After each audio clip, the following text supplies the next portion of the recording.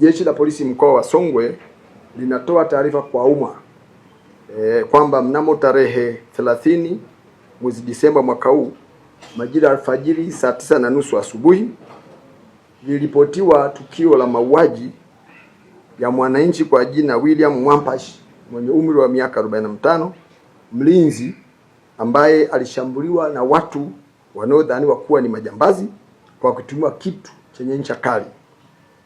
Marehemu alikuwa ni mlinzi wa duka la simu na huduma za kifedha linalomilikiwa na ndugu Gabriel Nsemwa lililopo katika eneo la stendi kuu ya mabasi Vwawa, wilaya ya Mbozi, kata ya Ichenjeza na wilaya yetu kama nilivyotaja mkoani hapa Songwe.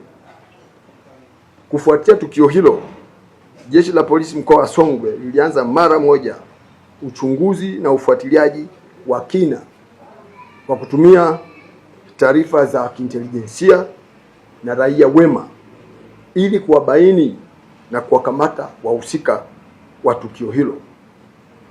Katika hatua ya ufuatiliaji, askari waliwafuatilia watuhumiwa hadi eneo la Ilembo katika wilaya yetu ya Mbozi hapa mjini, ambapo walikuta katika nyumba moja wakiwa ndani.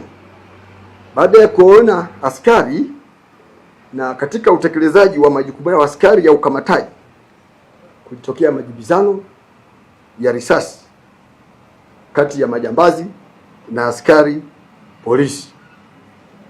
Na katika tukio hilo, askari kwa umahiri walifanikiwa kuwajeruhi majambazi 4 ambao wengine wamefahamika kwa jina moja na mmoja tumeyapata majina yote mawili, ambao walifariki wakati wanapatiwa matibabu katika hospitali ya wilaya ya Mbozi, ambao majina yao ni kama ifuatavyo.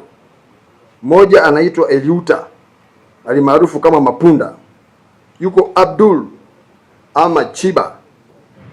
Justin amepata jina moja, na mwingine anaitwa Bruce Mwasenga. Wote ni watuhumiwa, ni majambazi ambao walishawahi kufungwa miaka 30 jela kwa makosa ya mauaji na unyang'anyi wa kutumia silaha katika mikoa ya Mbeya, Rukwa, Katavi na mkoa wetu huu wa Songwe. Katika tukio hilo, eneo la tukio, askari waliweza kupata mali mbalimbali ambazo zinaaminiwa kuibwa katika duka ambalo tumelitaja hapo juu.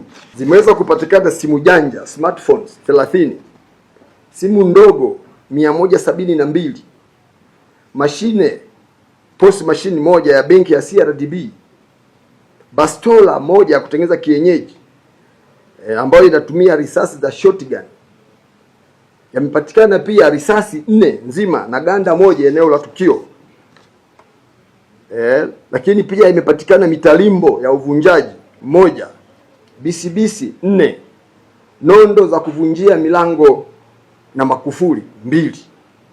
Jeshi la Polisi mkoa wa Songwe linaendelea na msako mkali wa kuwatafuta watuhumiwa wengine ambao wamekimbia, na inasemekana wengine wamekimbilia mikoa ya jirani. Kwa kushirikiana na mikoa yetu ya jirani, tunaendelea na kuwafuatilia hao watuhumiwa ili waweze kukamatwa na hatua stahiki za kisheria ziweze kuchukuliwa dhidi yao. Usisahau kusubscribe na kugusa alama ya kengele ili uwe wa kwanza kupata taarifa zetu kila tunapoweka Msomi News.